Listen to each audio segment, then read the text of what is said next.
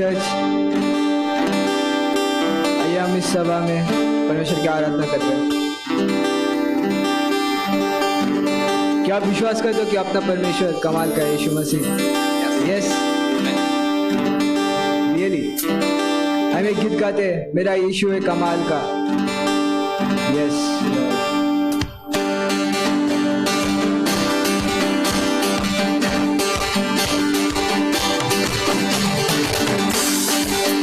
ताली बजाते हुए गीत गाते हैं। मेरा यीशु है कमाल का, मेरा यीशु है कमाल का, मेरा यीशु है कमाल का, मेरा यीशु है कमाल का। उसके जैसा कोई नहीं, उसके जैसा कोई नहीं, उसके जैसा कोई नहीं, उसके जैसा कोई नहीं।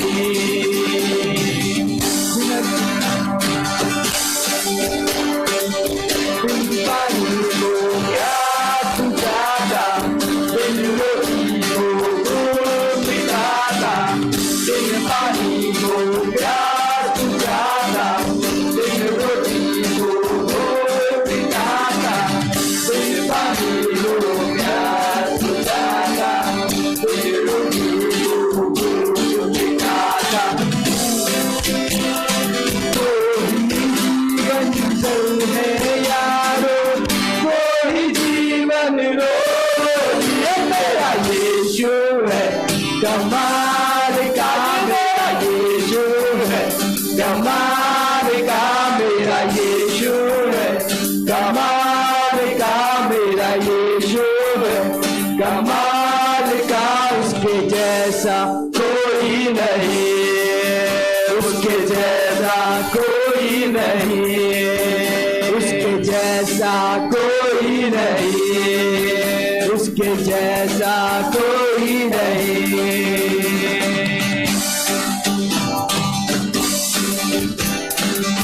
बिन सहारे पानी में चलता, तूफानों को शांत कराता, बिन सहारे पानी में चलता, तूफानों को भी शांत कराता, बिन सहारे पानी में चलता, तूफानों को भी शांत कराता। आंधी उसकी बात मारे, तूफान शांत हो जाए, मेरा यीशु है कमाल का, मेरा यीशु है कमाल का, मेरा यीशु है कमाल का, मेरा यीशु है कमाल का। उसके जैसा कोई नहीं, उसके जैसा कोई नहीं, उसके जैसा कोई नहीं, उसके जैसा कोई नहीं। मेरे लिए मारा गया और फिर से जी उठा है। आमीन। मेरे लिए ही मारा गया, मेरे लिए ही सूर्य उठाया, मेरे लिए ही मारा गया, मेरे लिए ही सूर्य उठाया, मेरे लिए ही मारा गया, मेरे लिए ही सूर्य उठाया। तीसरे दिन फिर जिंदा उठकर माँ को उसने हराया, मेरा यीशु है कमाल का, मेरा यीशु है कमाल का, मेरा यीशु है कमाल का, मेरा यीशु है कमाल का। उसके जैसा कोई नहीं, उसके जैसा कोई नहीं, यहाँ पे अभी जैसा कोई नहीं है, जैसा कोई नहीं, उसके जैसा कोई नहीं। हाँ परमेश्वर, सिर्फ आप ही हो परमेश्वर इस धरती पर। जो स्वर्ग में विराजमान है। आपके जैसा कोई नहीं है यीशु मसीह। हम आपकी आराधना करते हैं परमेश्वर। इस समय परमेश्वर आपके पास आते हैं परमेश्वर। आप अद्भुत हो परमेश्वर।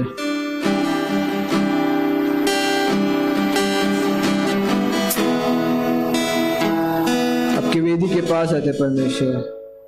अपने जीवन को समर्पित करते हैं। इस समय परमेश्वर आपकी आराधना करते हैं परमेश्वर। मदद करना परमेश्वर, पूरे दिल से परमेश्वर आपकी आराधना कर पाए परमेश्वर। परमेश्वर के पवित्र वेदी में अपने जीवन को मैं चढ़ाता हूँ। परमेश्वर के पवित्र वेदी में अपने जीवन को मैं चढ़ाता हूँ। मेरा सारे हृदय से, मेरे सारे हृदय से मेरे प्रभु की महिमा हो। मेरे प्रभु की महिमा हो। परमेश्वर के पवित्र वेदी में, हाँ प्रभु, अपने जीवन को मैं चढ़ाता हूँ।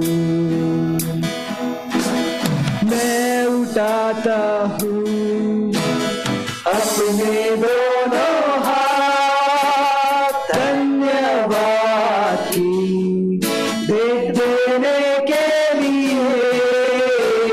मैं उठाता हूँ अपने दोनों हाथ धन्यवाद की भेंट देने के लिए। मेरे सारे हृदय से, मेरे सारे हृदय से मेरे प्रभु की महिमा हो। मेरे प्रभु की महिमा हो। परमेश्वर के पवित्र वेदी में मैं चाहता हूँ परमेश्वर अपने जीवन को मैं चढ़ाता हूँ। ईश्वर परमेश्वर हम चाहते हो परमेश्वर के पवित्र वेदी में अपने जीवन को मैं चढ़ाता हूँ।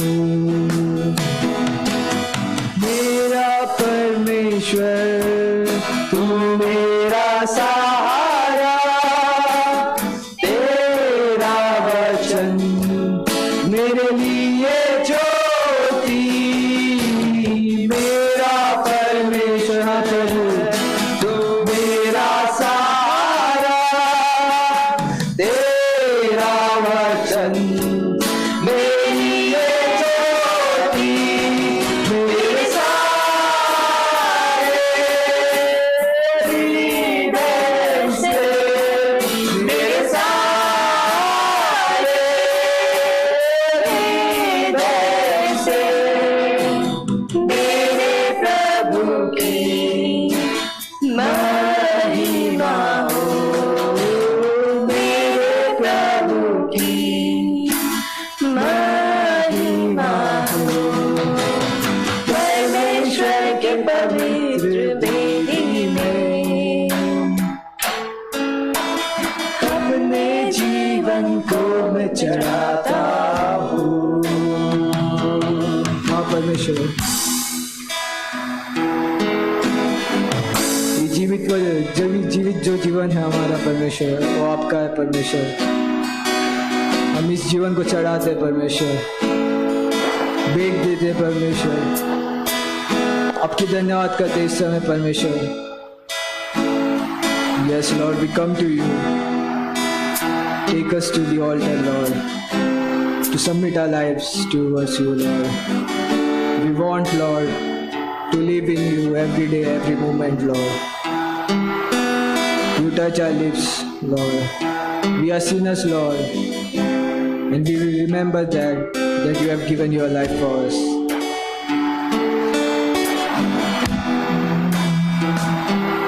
Take me past the outer court into the holy place, past and bless an altar.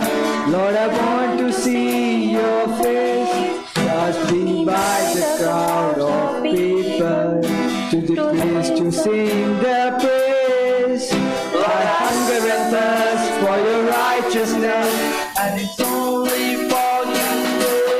Take me into the holy of holies.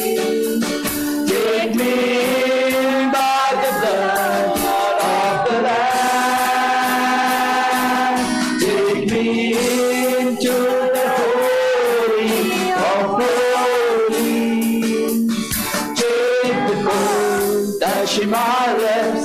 Here I am. Yes, Lord. Take us, Lord. Take me past the outer court into the holy place, past and praise and altar. Lord, I want to see your face. Pass me by the crowd of people to the place to sing their praise. Lord, I hunger and thirst for your righteousness, and it's only found one place. Take me into the holy of holies. Yes, Lord. Take me in by the blood of the Lamb. Take me into the holy of holies. Take the cold, touch my lips. Here I am. I'm not worthy, Lord, only your worthy. Help, Lord. सिर्फ आप योग्य हो परमेश्वर, हम योग्य नहीं है परमेश्वर उस जगह जाने के लिए। हम जानते हैं परमेश्वर कि आप लोग के द्वारा परमेश्वर आपने तू है जहाँ यस लॉर्ड ले चल मुझे ले चल मुझे ले चल मुझे ले चल मुझे तू है जहाँ ले चल मुझे मैं तेरे पास आता हूँ पवित्र दिल से आराधना मैं करता हूँ प्रेमी मन से तेरे पास आता हूँ पवित्र दिल से आराधना मैं करता हूँ प्रेमी मन से तुझे ढूंढता हुआ तुझे चाहता हुआ मुझे खींच ले मैं दौड़ूंगा तुझे ढूंढता हुआ तुझे चाहता हुआ मुझे खींच ले मैं दौड़ूंगा ले चल मुझे ले चल मुझे तेरे सिंहासन के पास ले चल मुझे ले चल मुझे ले चल मुझे तू है जहाँ ले चल मुझे तेरे पर जैसे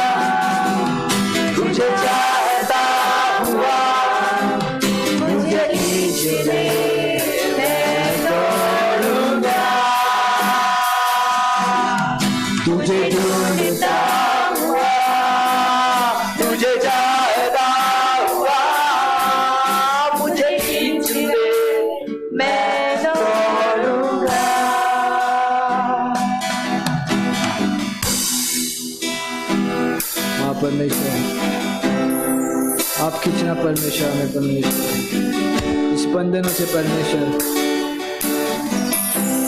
ये जो पापी सब है परमेश्वर आप मदद करना परमेश्वर इससे निकलने के लिए परमेश्वर। आपकी और हम आ सके परमेश्वर इसे बनाना परमेश्वर मदद करना परमेश्वर सारी चीज़ें परमेश्वर आप जानते हो परमेश्वर आप बातें करना परमेश्वर इस समय परमेश्वर आदर और महिमा आपको देते परमेश्वर। हम सुनना चाहते परमेश्वर हमें छूना परमेश्वर आने वाले वचन को परमेश्वर आपके हाथों में देते परमेश्वर आप बातें करना हमसे परमेश्वर सारी चीज़ें आपके हाथों में देते हैं। छोटी सी प्रार्थना यीशु मसीह के नाम से मांगते हैं आमीन आमीन। Good evening church. इस बुधवार की सभा में आप सभी का स्वागत है। धन्यवाद हमसे जुड़ने के लिए ना। हम आशा करते हैं परमेश्वर आज आपसे बातें करेगा वचनों के द्वारा ना। और अगर आप पहली बार हमसे जुड़े तो आपका धन्यवाद कि आपने हमसे जुड़े। आपका नाम और आपका कॉन्टैक्ट नंबर हमारे कमेंट बॉक्स में डालिए ताकि हम आपसे कांटेक्ट कर सकें। और हमारे चैनल को सब्सक्राइब करना ना भूलिए ताकि जो भी हम सर्विस के वीडियोस हम डालेंगे आपको मिलते रहे समय पर। धन्यवाद फिर से हमसे जुड़ने के लिए। हमारा जो बाइबल क्लास ऑन जूम पर हो रहा है ना, तो जिस समय पे उसी समय पे होगा। सोमवार को एक क्लास है और मंगलवार को 2 क्लास होगा 7 से 8, फिर उसके बाद 8:30 बजे 8:15 के बाद। और शुक्रवार के दिन भी क्लास होता है, शुक्रवार को सुबह और शनिवार को सुबह। हर एक का लिंक आपको व्हाट्सएप पे मिल जाएगा। आप ज्वाइन कर सकते हैं। और यदि कोई आपके पास प्रार्थना का निवेदन है ना, तो आप हमसे दिए हुए नंबर पे जो स्क्रीन पे दिए हुए नंबर पे आप कांटेक्ट कर सकते हैं ना। और या फिर आपको कोई सलाह चाहिए ना, आप कांटेक्ट कर सकते हैं। हमारे पास तो उसका नंबर है ना, आप किसी भी समय पे आप कांटेक्ट कर सकते हैं ना। धन्यवाद इसके लिए। और स्क्रीन पे आप ऑफरिंग का डिटेल्स देख सकते हैं ना। आप इस पे आप ऑफरिंग दे सकते हैं आपका ना, ऑनलाइन ऑफरिंग दे सकते हैं ना। तो चर्च ऑफिस तो अभी बंद है, तो चर्च ऑफिस में आप नहीं आ सकते, लेकिन प्रार्थना करिए ना कि जल्द से जल्द इस लॉकडाउन ख़त्म हो जाए ताकि हम फिर से मिल सके ना, फिर से सभा हो सके। धन्यवाद आप सभी का फिर से जुड़ने के लिए। और इस सभा के बाद हम रैप सेशन होगा, क्वेश्चन एंड आंसर का समय होगा। जैसे सभा ख़त्म होगा हम जूम पर इस पर जुड़ सकते हैं ना। आप सब जुड़ सकते हैं। जो भी आपने वचन के द्वारा ना, जिस संदेश के द्वारा आपसे परमेश्वर ने बातें किया होगा या फिर कोई सवाल होगा तो आप उसमें शेयर कर सकते हैं ना। हम हर एक व्यक्ति जो जुड़ेंगे और बातें करेंगे कुछ समय के लिए। तो उसके लिए धन्यवाद। आइए हम प्रार्थना करते हैं ऑफरिंग के लिए और आने वाले संदेश के लिए। पिता परमेश्वर धन्यवाद देते इस समय के लिए, इस दिन के लिए धन्यवाद देते परमेश्वर। आप क्या तो मैं दे परमेश्वर इस ऑफरिंग के आप क्या तो मैं दे परमेश्वर ऑफरिंग को परमेश्वर। आप क्या तो मैं दे परमेश्वर एक व्यक्ति को परमेश्वर। आप हर एक की ज़रूरतों को पूरा करने वाले परमेश्वर। इस पौलुस कहता है कि मेरा परमेश्वर तुम्हारे हर एक ज़रूरतों को अपनी बहुतायत से पूरा करता है परमेश्वर। आप परमेश्वर आप है परमेश्वर। परमेश्वर आपके लिए कुछ भी चीज़ असंभव नहीं है परमेश्वर। इस समय परमेश्वर जब हर एक चीज़ बंद है परमेश्वर, लोग जॉब नहीं है परमेश्वर, लेकिन आप पूरा करते परमेश्वर। आप संभालते परमेश्वर, संभाल रहे परमेश्वर। धन्यवाद देते परमेश्वर। और आप पूरा करो परमेश्वर आपकी ज़रूरत है परमेश्वर, यह मांगते परमेश्वर। धन्यवाद देते परमेश्वर। आने वाले संदेश के लिए भी हम प्रार्थना करते हैं। हम आप तैयार करो परमेश्वर हम सबको परमेश्वर, ताकि हम आपको सुन सके परमेश्वर। आप बातें करना परमेश्वर, आप लोगों के मनों को बदलो परमेश्वर। यह मांगते परमेश्वर, यह मांगते। धन्यवाद करते परमेश्वर।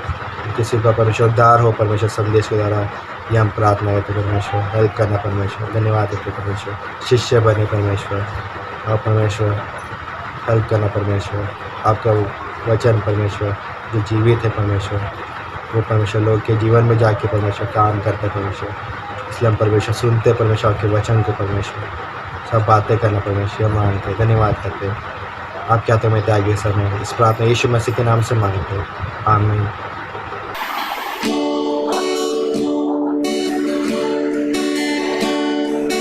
Come thou fount of every blessing, tune my heart to sing thy grace. Streams of mercy never ceasing, call for souls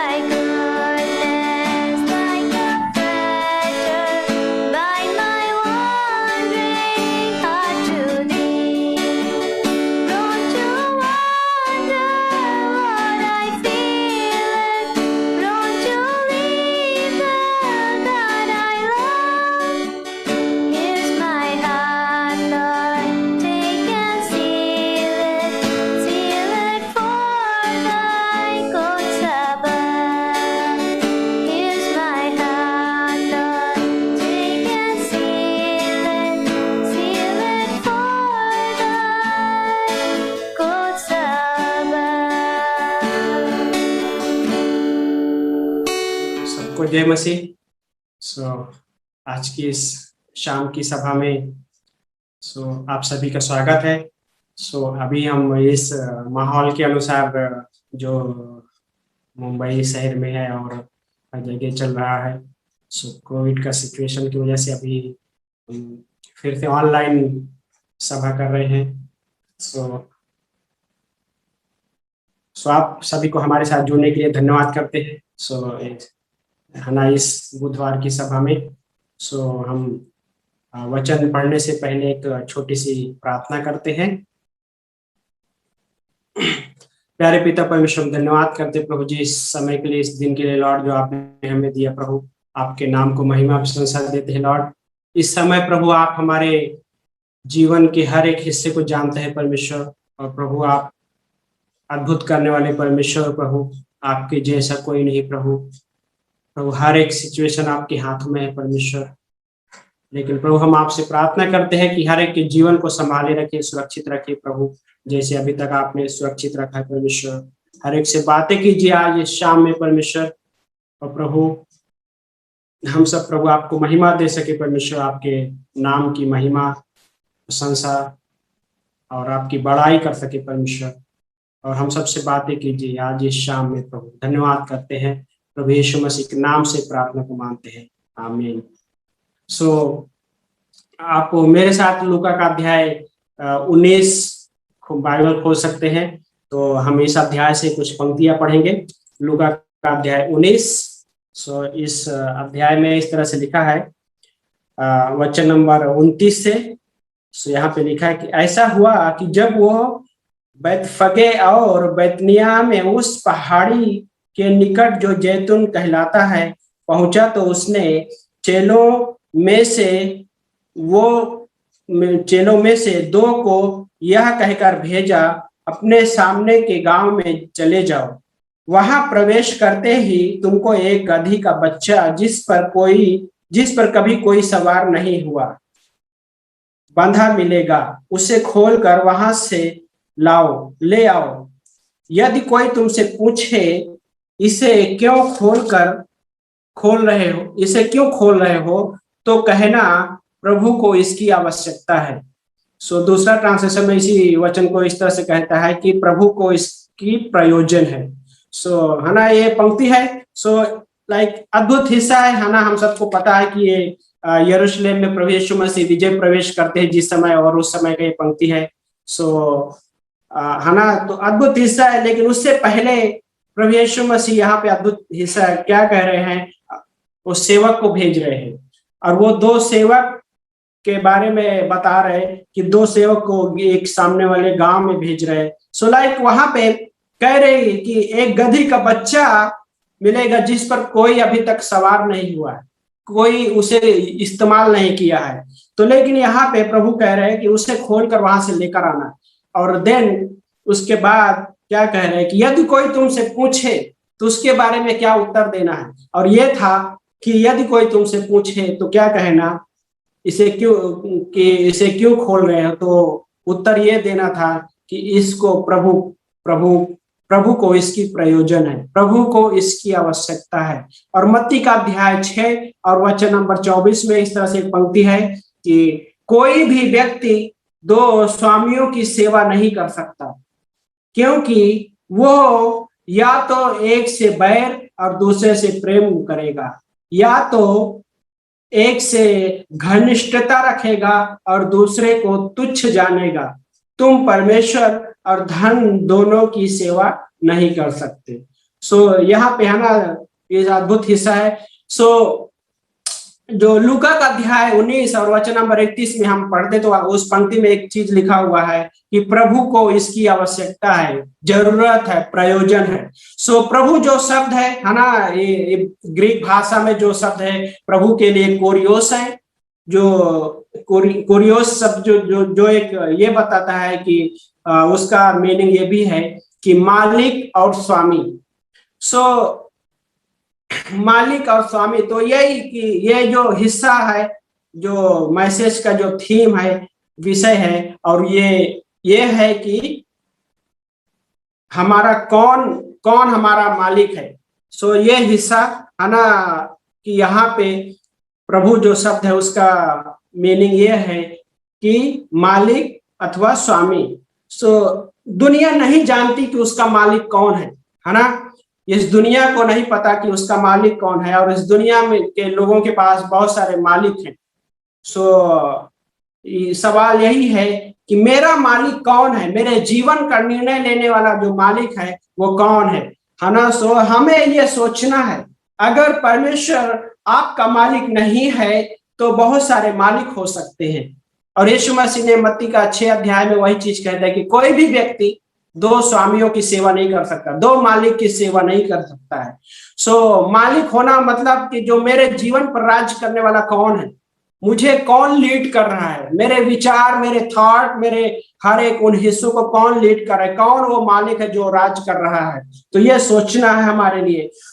लेकिन अद्भुत हिस्सा है कि यीशु मसीह उस गधी के लिए कहते हैं कि वो लेकर आना। और क्या है कि जब कोई पूछे तो क्या कहना है, इसकी प्रभु को आवश्यकता है, प्रयोजन है।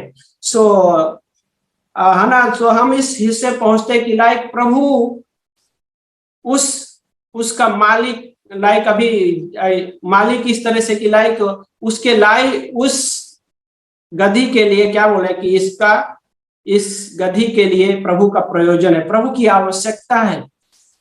यहाँ पे सवाल उठता है कि प्रभु हर एक व्यक्ति के लिए ये कहना चाहता है कि क्या मैं तुम्हारा मालिक, क्या तुम अपने जीवन में मुझे मालिक के रूप में स्वीकारना चाहते हो? क्या तुम इस प्रकार से अपने आप को देखना चाहते हो कि मैं तुम्हारे जीवन में एक जरूरत बनकर आऊं, मैं तुम्हारे जीवन में वो आवश्यकता बनकर आऊं, मैं तुम्हारे जीवन के उन आवश्यकता को पूरी कर सकूं। यहाँ पे है ना एक विचार है कि हम इस तरह से सोच सकते कि क्या मेरे जीवन और मेरे विचार का मालिक कौन है ना। अपने आप से एक सवाल करना है ना कि इस दुनिया में बहुत सारे, लेकिन क्या इस तरह से कि इस दुनिया में लोगों के पास बहुत सारे मालिक है, बहुत सारे स्वामी है। प्रेरितों काम अध्याय 16 में और वचन नंबर 16 से 21 जब पढ़ते तो वहां पे कुछ एक कहानी है, और उस हिस्से में वहां पे प्रेरितों का अध्याय 16 में एक स्त्री है वहां पे, और उस स्त्री के अंदर क्या बोलता है, इस तरह से लिखा है कि भावी बताने वाली आत्मा थी उसके अंदर। तो भावी कहलाने वाली आत्मा जो है उस स्त्री को लीड कर रही थी। उसका जो क्या बोलता है कि वो स्त्री किसी की दासी थी। कहने का मतलब कि उसके कई सारे मालिक हैं, बहुत सारे स्वामी हैं। लेकिन जब पौलुस वहां पे पहुंचता है, पौलुस और भी वहां पे हैं, तो पौलुस और सिलास तो क्या है कि वो स्त्री यह कहते हुए उनके पीछे लगी हुई थी कि ये परम प्रधान परमेश्वर के लोग हैं और ये उद्धार का मार्ग बताते हैं, इनकी सुनो। जब वो स्त्री के अंदर जो दुष्ट आत्माएं थी वो क्या है कि बार बार हर दिन यही चीज कहते हुए उनका पीछा कर रही थी। पौलुस ने उसको डांटा और उसमें से कहा कि उसमें से दुष्ट आत्मा निकल जा। लाइक वो जो शब्द है भावी कहलाने वाली आत्मा, ग्रीक भाषा में उसको इस तरह से कहा गया है जो कि है पुथोन करके एक शब्द है ग्रीक भाषा में, लेकिन उसी शब्द से जो पाइथन शब्द आता है, पाइथन मीन्स अजगर। तो वो जो है ना, तो उसका मतलब अजगर की आत्मा। और प्रकाशित वाक्य का अध्याय 12 अध्याय वचन नंबर 7 से 9 में हम देखते हैं तो वहां पे उसके बारे में लिखा है कि वो पुराना सांप, वो बड़ा अजगर कहलाता है, और जिस क्या बोलते हैं अर्थात वो शैतान, इब्लिस है ना। उसका है ना वो जो उसके अंदर वो आत्मा है वो कौन है, पुराना अजगर की आत्मा। लेकिन वहां पे जब पौलुस उसको डांटता है और उसमें से दुष्ट आत्मा निकल जाती है तो वो क्या होता है कि वो स्त्री का लाइफ अच्छा हो जाता है। तो क्या बोलता है कि उसके स्वामियों का धंधा चौपट हो गया। अभी इसके पहले उसके बहुत सारे स्वामी थे, और जब बहुत सारे स्वामी थे तो उसको किस तरह से लीड कर रहे हैं, वो जीवन की ओर नहीं लीड कर रहे थे, वो व्यर्थता, वो दुष्टता, और उन चीजों की ओर लीड कर रहे थे उसके स्वामी जो थे, जो उसमें कोई मीनिंग कहने का मतलब कि जीवन नहीं था, वो छुटकारा नहीं था, वो एक बंधन के जैसा जीवन था। लेकिन पर जब पौलुस डांटता है उसमें से दुष्ट आत्मा निकल जाती है, तो उसके लाइफ में क्या है कि एक वहां पे उसका लाइफ बदल जाता है। अभी उसका मालिक प्रभु यीशु मसीह बनता है, लाइक यीशु मसीह अभी उसका मालिक हो गया। तो यही था कि ये अपने आप में सोचना कि कौन मेरा मालिक है। बहुत सारे मालिक थे तो उसका लाइफ कैसा था, एक बंधन में था। बहुत सारे मालिक थे तो उसका लाइफ वो चीजें कर रहा था जो परमेश्वर के खिलाफ था। लेकिन जब उसके लाइफ में परमेश्वर आया तो उसका लाइफ बदल गया। और वहां पे लाइक क्या है कि उसके जीवन में अद्भुत काम हुआ कि वो पहचान गई, वो जान गई जब हीलिंग होने के बाद कि मेरा मालिक कौन है, मेरे जीवन पर राज करने वाला कौन है, मेरे जो निर्णय चलाने वाला कौन है। और वो प्रभु यीशु मसीह है ना, कि प्रभु यीशु मसीह हमारे जीवन का मालिक है ना। सो यूहन्ना का अध्याय 9 में एक अंधे व्यक्ति की चंगाई के स्टोरी है। सो यूहन्ना का अध्याय 9 में, तो उस यूहन्ना का 9 अध्याय में, तो उस कहानी में इस तरह से भी है कि जब प्रभु यीशु मसीह उस अंधे व्यक्ति को चंगाई देते हैं, और चंगाई देने के बाद क्या होता है कि बहुत सारे शास्त्री फरीसी थे, वो उसके बारे में पूछते हैं कि तुझे कौन चंगाई दिया।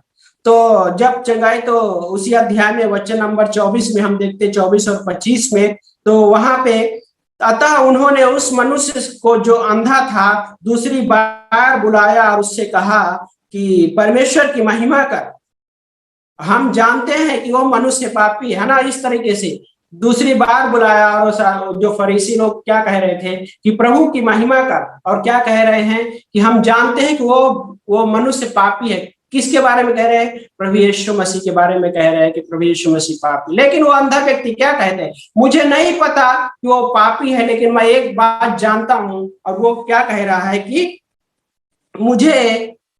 मैं नहीं जानता कि वो पापी है या नहीं, मैं तो एक बात जानता हूं कि मैं अंधा था, अब देखता हूं, है ना। यहाँ पे अद्भुत हिस्सा, वो क्या कह रहा है? मुझे नहीं पता कि वो पापी था या नहीं था, लेकिन मुझे एक बात पता है, और वो क्या है कि मैं अंधा था, लेकिन अब मैं देखता हूं। मैं उस अंधकार का गुलाम में था, लेकिन अभी मैं एक रोशनी के, उससे रोशनी मेरे जीवन में राज कर रही है। वो स्वयं प्रभु यीशु मसीह ने क्या कहा कि मैं जगत की ज्योति हूँ, है ना। और वो ज्योति अभी उस व्यक्ति के जीवन में राज कर रही है। वो कहता है कि मुझे एक बात पता है कि मैं अभी देख रहा हूँ और उसके बारे में बोलता है कि वो यीशु नासरी है जिसने मुझे चंगा किया। और लाइक वो सिर्फ चंगा ही नहीं दिया, लेकिन यीशु मसीह उसके जीवन में एक ज्योति बनकर आया। और वो जब ज्योति बनकर आया तो क्या है कि अभी वो देखने लगा। क्या देखने लगा? वो बुराई वाले हिस्सों को भी समझने लगा, क्योंकि फरीसी लोग क्या कह रहे थे? यीशु मसीह को पापी कह रहे हैं। लेकिन अभी वो एक चीज कह रहा है कि मैं एक चीज जानता हूं कि किसने मुझे चंगाई दिया। और वो एक ना कि ये हिस्सा कि मैं एक चीज जानता हूं कि मेरे जीवन में कौन आया है, मेरे जीवन को अभी कौन लीड कर रहा है ना। वो इस तरह से कहता है वो व्यक्ति। सो लाइक अद्भुत हिस्सा की लाइक इस कहानी में उस व्यक्ति की लाइफ बदल गया, है ना।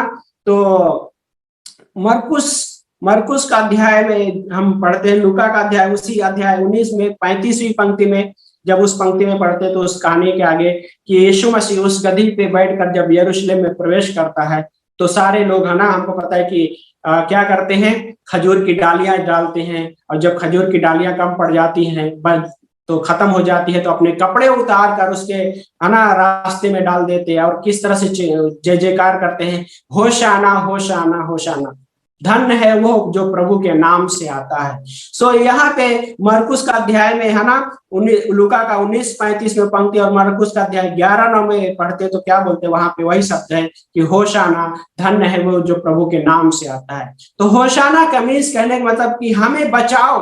और ये पुकार थी उनकी कि हमें बचाओ, हमें बचाओ, है ना।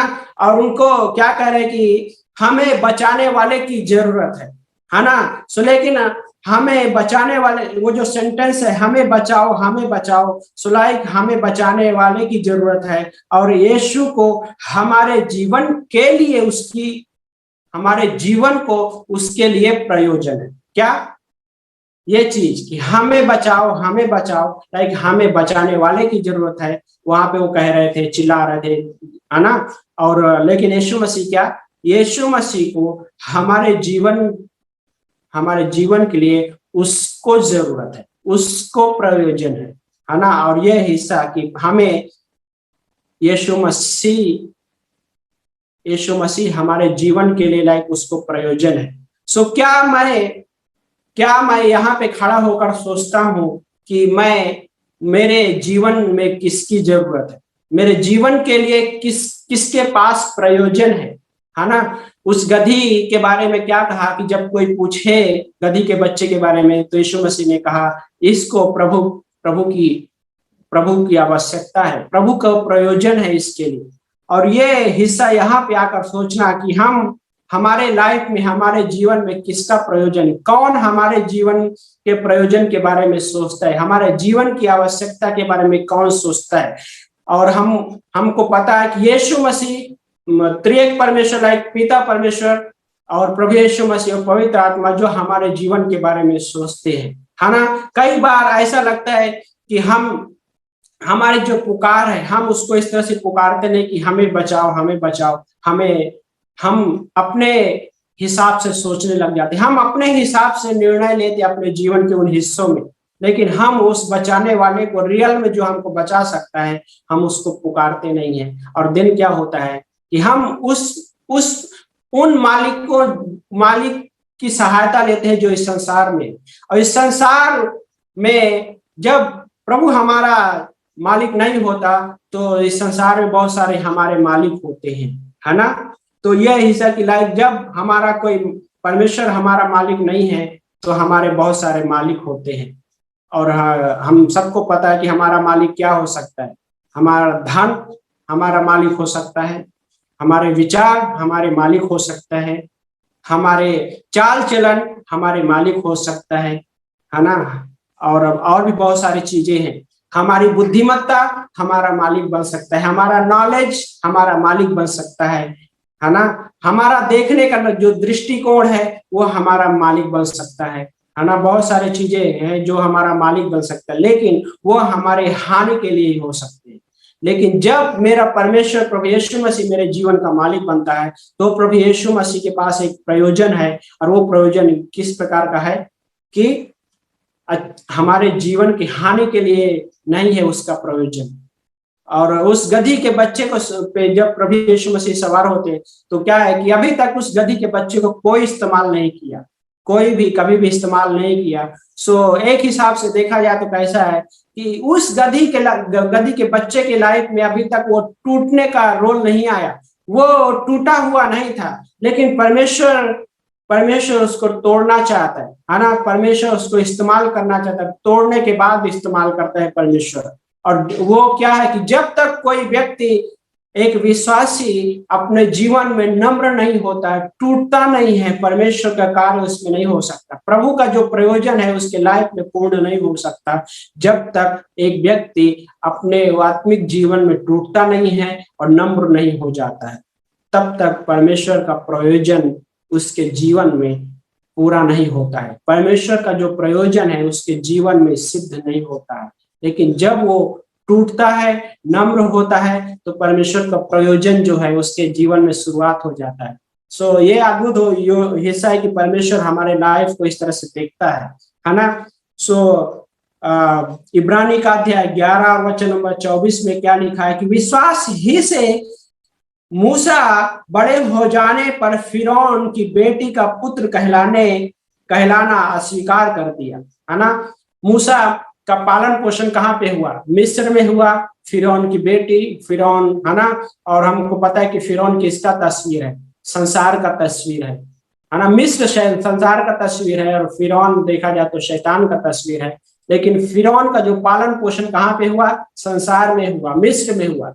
हमारा भी लाइफ ऐसा ही है कि हमारा पालन पोषण इस संसार में होता है, लेकिन हमारा पालन पोषण करने वाला फिरौन नहीं है, बल्कि हमारा पालन पोषण करने वाला हमारा प्रभु यीशु मसीह, हमारे जीवन का मालिक वो स्वयं प्रभु यीशु मसीह है। और जो हमारे जीवन में इस तरह से कहता है कि मुझे तुम्हारे जीवन के लिए प्रयोजन है। सो क्या मैं अपने जीवन को, अपने निर्णय को, अपने उन विचारों को उसके हाथ में सौंपता हूं, जो व्यक्ति मेरे बारे में उस प्रयोजन करता है और वो अच्छाई के लिए प्रयोजन करता है ना। तो ये मेरे लिए बहुत इंपॉर्टेंट है। हर एक विश्वासी को ये बहुत ही जरूरी है कि हमारे निर्णय, हमारे विचार उसको सौंपना है जो सच में सही प्रकार का प्रयोजन है जिसके पास, और वो है प्रभु यीशु मसीह, है ना। और उस गधी के बच्चे को लाइक क्या है कि प्रभु यीशु मसीह इस्तेमाल करता है, तोड़ने के बाद, नम्र होने के बाद इस्तेमाल करता है प्रभु यीशु मसीह। और यही हमारे लिए एक सीख है कि लाइक हम इस संसार में हैं, लेकिन हमारा जो पालन पोषण है ना, हमारा जो जीवन का मालिक संसार नहीं, बल्कि हमारा पालन पोषण करने वाला और हमारे जीवन का मालिक वो प्रभु यीशु मसीह स्वयं है ना। और ये हमारे लिए अद्भुत हिस्सा है कि भजन संहिता अध्याय 136 अध्याय का वचन नंबर 3 में क्या बोलता है कि प्रभुओं के प्रभु का धन्यवाद करो क्योंकि उसकी करुणा सदा की है। प्रभुओं के प्रभु का धन्यवाद करो क्योंकि उसकी करुणा सदा की है। सो अद्भुत इन हिस्सों में कि हम एक चीज सोच सकते हैं कि मेरा मालिक कौन है, मैं किस मालिक की सेवा कर रहा हूँ। यीशु मसीह ने कहा कोई भी व्यक्ति दो स्वामी की सेवा नहीं कर सकता, एक को तुच्छ जानेगा और एक से प्रेम करेगा, है ना। एक के साथ घनिष्ठता होगी लेकिन दूसरे के साथ बैर होगा। सो मैं चुनाव करना हर एक व्यक्ति के हाथ में है, चुनाव करना हर एक मसीह के हाथ में है कि वो क्या चुनाव करता है, किस मालिक की सेवा करना चाहता है या कितने मालिक की सेवा करना चाहता है। लेकिन जब वो व्यक्ति अपने आप को ये नहीं जानता है कि मेरा मालिक कौन है, तो वो सही मालिक की सेवा नहीं कर सकता है। उसके जीवन मालिक हो सकते हैं, है ना।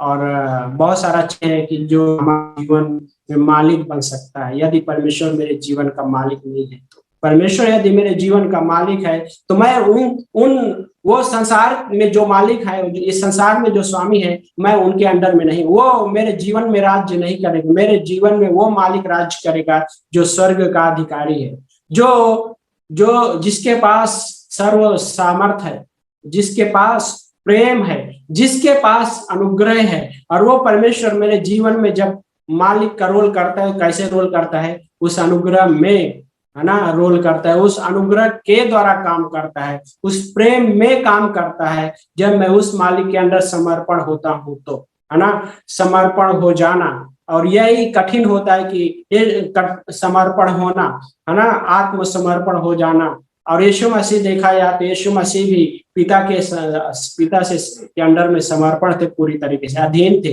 कोई भी चीजें करते थे। हम यूहन्ना का अध्याय में पढ़ते हैं तो क्या बोलता है कि मैं जो मेरा पिता कहता है मैं अपने पिता की सुनता हुआ वो चीजें करता हूँ, है ना। और फिलिपियों का अध्याय 2 और वचन नंबर 5 से 7, 8 में वहां पे पढ़ते हैं तो क्या बोलता है कि यीशु मसीह अपने आप को, है ना, फिलिपियों का अध्याय पढ़ते हैं 2 अध्याय में वचन नंबर 5 से 7 में, वहां पे 6 से 7 में इस तरह से लिखा है कि जिसने परमेश्वर का स्वरूप होते हुए भी परमेश्वर के समान होने को अपने अधिकार में रखने की वस्तु ना समझा, है ना। परमेश्वर होते हुए भी यीशु मसीह ने क्या बोलता है कि परमेश्वर के समान होने का अधिकार नहीं समझा। यीशु मसीह ने क्या, उसके पास जो गुण थे, परमेश्वर का जो पद था, उस पद को परित्याग नहीं किया, बल्कि पिता के अंडर में समर्पण। यहाँ पे एक केनोसिस का सिद्धांत है। तो लेकिन परमेश्वर के स्वरूप, परमेश्वर होने के क्या बोलता है कि परमेश्वर के स्वरूप होते हुए भी परमेश्वर के समान क्या है कि समान होने को अपने अधिकार में रखने की वस्तु न समझे। क्यों? वो पिता यीशु मसीह कह रहा है कि मैं परमेश्वर हूं, लेकिन मेरे जीवन का जो मालिक है मेरा पिता है। मैं उस पिता को समर्पित जीवन जी रहा, और वही है कि जब हम किसको समर्पित जीवन जीते हैं वही मेरा मालिक होता है ना। जिसको हम समर्पित जीवन जीते हैं वो हमारा मालिक होता है। तो यहाँ पे प्रभु यीशु मसीह है ना, इस हिस्से में केनोसिस का जो सिद्धांत है कि शून्य करना स्वयं, है ना। फिर आगे क्या लिखा है वचन नंबर 7 में कि उसने अपने आप को ऐसा शून्य कर दिया कि दास का स्वरूप धारण कर मनुष्य की समानता में हो गया। इस प्रकार मनुष्य के रूप में प्रकट होकर स्वयं को दीन किया और यहाँ तक कि आज्ञाकारी रहा कि मृत्यु वरन क्रूस की मृत्यु भी सही ली, है ना। क्या बोलता है, स्वयं को अपने आप को शून्य कर दिया। शून्य करने का मतलब ये नहीं कि उसने अपने सारे गुणों को खाली कर देने से निकाल दिया, उस पद को परित्याग कर दिया, मतलब परित्याग नहीं किया, वो पद उसके पास अभी भी है, लाइक वो स्थान अभी भी, वो प्रभु अभी भी है प्रभु। यहाँ पे शून्य करने के बाद भी वो प्रभु है, लेकिन सारे गुण उसके अंदर थे।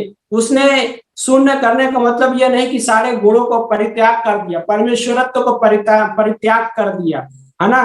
तो परमेश्वर को परित्याग नहीं किया, बल्कि वो नम्र हो गया, पिता के अंडर में समर्पित हो गया।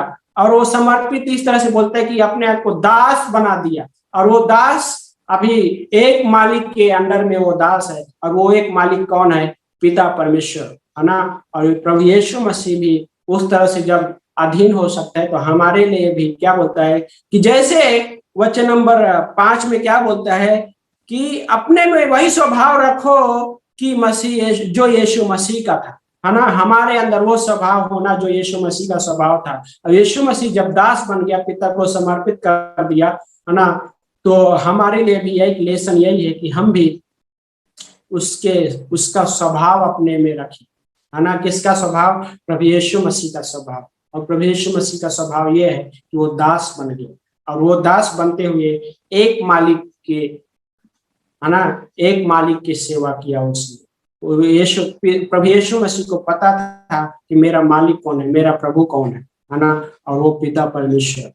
और वो प्रभु यीशु मसीह लाइक इस तरीके से अपने आप को परमेश्वर होने के स्वरूप में भी होते हुए भी अपने आप को उस अधिकार में नहीं समझा, लेकिन उस अधिकार को पिता के हाथ में समर्पित करते हुए वो जीवन जिया इस धरती पे। और वह हमारे लिए एक लेसन है कि मैं उस मालिक के सामने अधीन हो जाता हूँ, उस मालिक के सामने नम्र हो जाता हूँ, और नम्र होकर मैं उस परमेश्वर के दास के रूप में सेवा कर सकता हूँ। और दास के रूप में मैं अपनी लाइफ कंट्रोल करने के लिए, कौन मेरे लाइफ को भी कंट्रोल कर रहा है, कौन मेरे लाइफ को नियंत्रण कर रहा है, क्या इस संसार की चीजें या क्या परमेश्वर, क्या वो मालिक जो मेरे बारे में हमेशा अच्छा ही सोचता है, क्या मैं उस मालिक के अधीन में हूँ, क्या मैं उस मालिक से सुनता हूँ, क्या मेरे जो निर्णय है उस मालिक के हाथों में पूरी तरह से समर्पित करता हूँ, क्या मेरे जो विचार है विचार उस मालिक को समर्पित करता हूँ, है ना। और ये हमारे लिए एक लेसन है कि हम यहाँ पे आके लाइक हम उस स्थान पे आके हम उस मालिक को अपने जीवन का जो मालिक सौंपते हैं, मालिक के रूप में स्वीकारते हुए सौंपते हैं अपने आप को, जो स्वर्ग का परमेश्वर है। वो हमारे बारे में हानि नहीं सोचता है, हमारे बारे में हमेशा भलाई सोचता है। क्यों वचन नंबर क्या बोलता है, भजन संहिता 136 वचन नंबर 3 में क्या बोलता है, प्रभुओं के प्रभु का धन्यवाद करो क्योंकि उसकी करुणा सदा की, है ना। कि हम अभी धन्यवाद कर सकते हैं क्योंकि उसकी करुणा सदा की है। और ये हमारे जीवन लाइक वो करुणा सदा की है, कभी मिटती नहीं वो करुणा, हमेशा के लिए। कि जब हम कमजोर होते हैं, जब हमारे विचार, हमारे वो निर्णय लाइक हमें नहीं समझ में आता, तो हम उसको सौंपते हैं किसको, जो हमारे बारे में भलाई चाहता है, जो हमारे बारे में लाइक करुणा करना जानता है। और वो परमेश्वर लाइक एवरी परिस्थिति में परमेश्वर के पास भाग कराना और उसको सौंपना, है ना। कि ये विश्वासी के लिए एक बहुत बड़ा हिस्सा है कि परमेश्वर को इस तरीके से समझकर उसको समर्पित करना, है ना। यीशु मसीह ने स्वयं को परित्याग नहीं किया, उसके सारे जो गुण थे उसके अंदर थे, लेकिन फिर भी प्रभु यीशु मसीह ने स्वयं को दीन कर दिया, स्वयं को नम्र कर दिया। और वो अद्भुत हिस्सा है कि वो परमेश्वर होते हुए भी परमेश्वर होते हुए भी क्या बोलते हैं, अपने आप को ऐसा शून्य कर दिया, है ना, शून्य कर दिया और मनुष्य की समानता में हो गया। हाँ, आप और हमारी समानता को स्वीकार किया, लाइक वो जीवन स्वीकार किया जो हमारा मनुष्य का था, और लेकिन फिर भी मृत्यु को उसने सह लिया।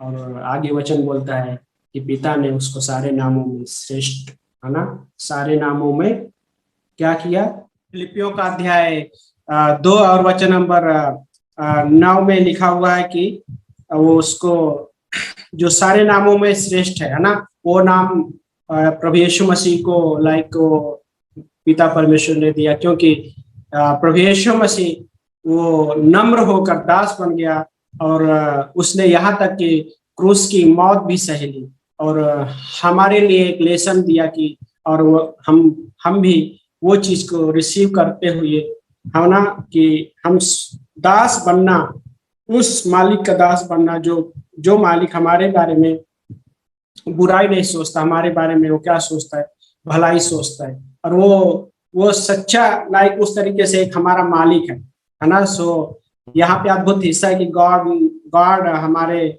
जीवन को, हमारे विचारों को, हमारे उन हर एक हिस्सों में वो मालिक ऐसा है कि हमेशा हमारे लिए भलाई ही चाहता है ना। सो आमीन। तो प्रार्थना करते हैं। प्यारे पिता परमेश्वर, हम धन्यवाद करते प्रभु जी इस दिन के लिए लॉर्ड, इस समय के लिए लॉर्ड, जो आपने हमें प्रभु इस सुरक्षित रखे हैं परमेश्वर, और हर एक उस व्यक्ति के लिए परमेश्वर जो हमारे साथ जुड़े परमेश्वर, हर एक व्यक्ति को प्रभु आशीषित कीजिए प्रभु, और आपके प्रेम में प्रभु बनाए रखिए परमेश्वर, और सुरक्षा दीजिए परमेश्वर हर एक व्यक्ति को प्रभु, हर एक फैमिली को प्रभु यीशु मसीह में आपके हाथों में सौंपते प्रभु। खासकर इस जो कोरोना के संकट में प्रभु सुरक्षा देना किसी को, तो हर एक चीज प्रोवाइड करना परमेश्वर मांगते परमेश्वर की प्रभु, खासकर हीलिंग देना प्रभु। पास्टर धर्मेश के पिताजी के लिए मांगते प्रभु, उन्हें पूरी तरह से हीलिंग दो परमेश्वर। उस पूरे परिवार को प्रभु आप स्ट्रेंथन करना परमेश्वर आपके आत्मा के द्वारा और आपके सामर्थ्य के द्वारा। पास्टर धर्मेश, प्रीति, ईश्वरा, यस लॉर्ड, इन सबको आपके चरणों सौंपते हैं। और भी जो लोग बीमार है प्रभु, उन्हें भी चंगाई देना परमेश्वर, हमारी प्रार्थना है प्रभु। विशाल, छाया और मोरिज मसीह और भी जो परिवार है प्रभु, धन्यवाद करते परमेश्वर हर एक के जीवन के लिए परमेश्वर, आपकी महिमा प्रशंसा करते हैं राजा, यीशु मसीह के नाम से प्रार्थना, आमीन।